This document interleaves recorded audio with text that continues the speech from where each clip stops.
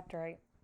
The audience was clearly ill at ease. They applauded at the final assignment, but the applause was piecemeal, no longer a crescendo of united enthusiasm. There were murmurs of confusion.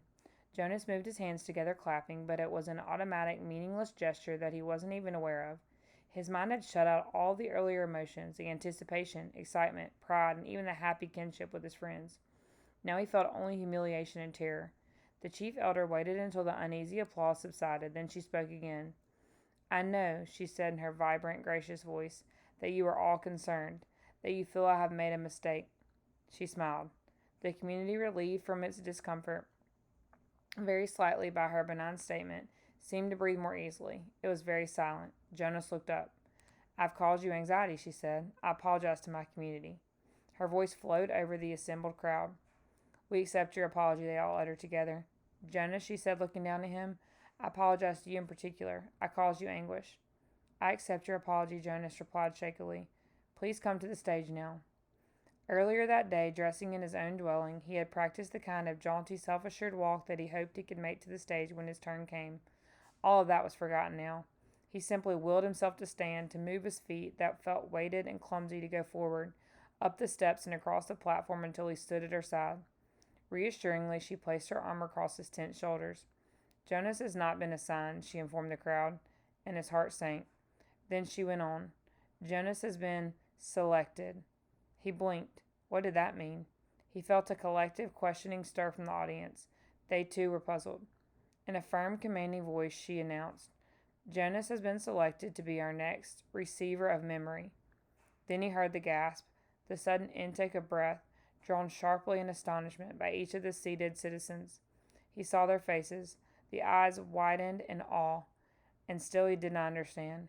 "Such a selection is very, very rare," the chief elder told the audience. "Our community has only one receiver. It is he who trains his successor." "We have had our current receiver for a very long time," she went on.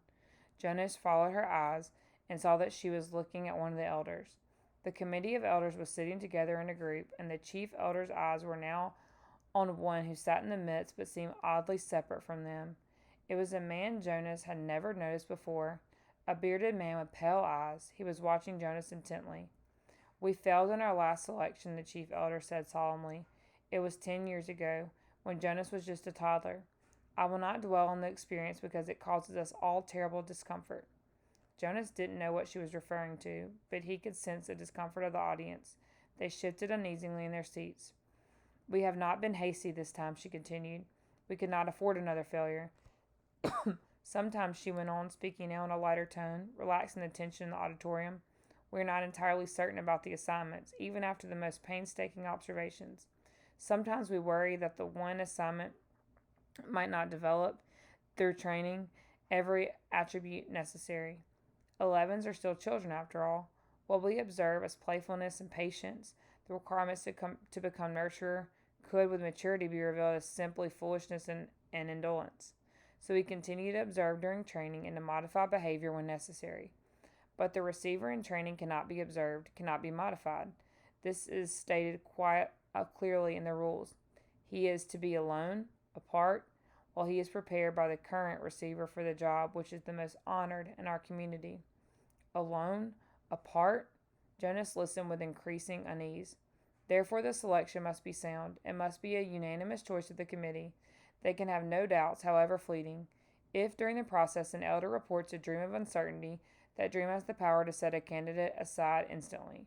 Jonas was identified as a possible receiver many years ago. We have observed him meticulously. There were no dreams of uncertainty.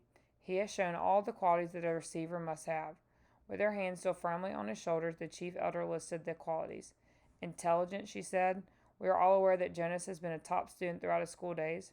"Integrity," she said next. "Jonas has, like all of us, committed minor transgressions." She smiled at him.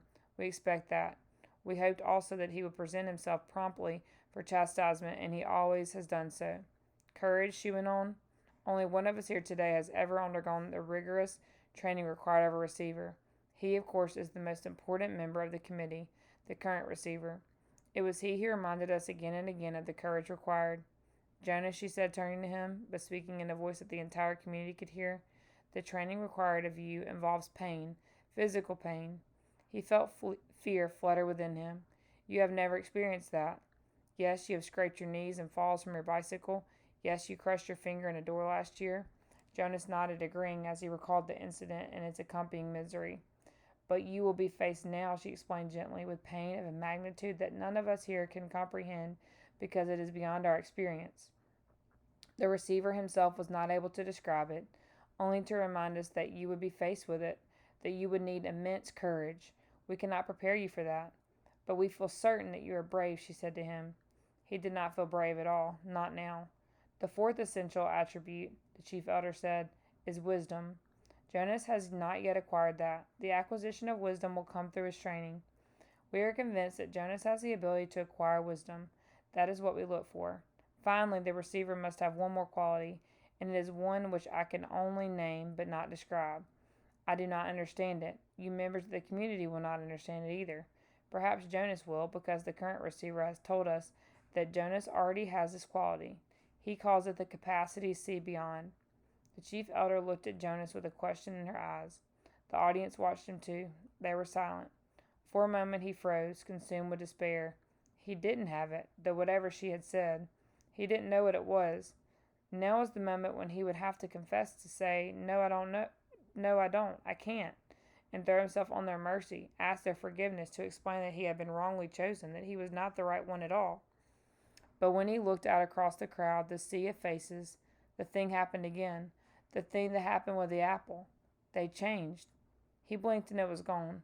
His shoulders straightened slightly. Briefly he felt a tiny sliver of sureness for the first time. She was still watching him. They all were. "I think it's true," he told the chief elder and the community.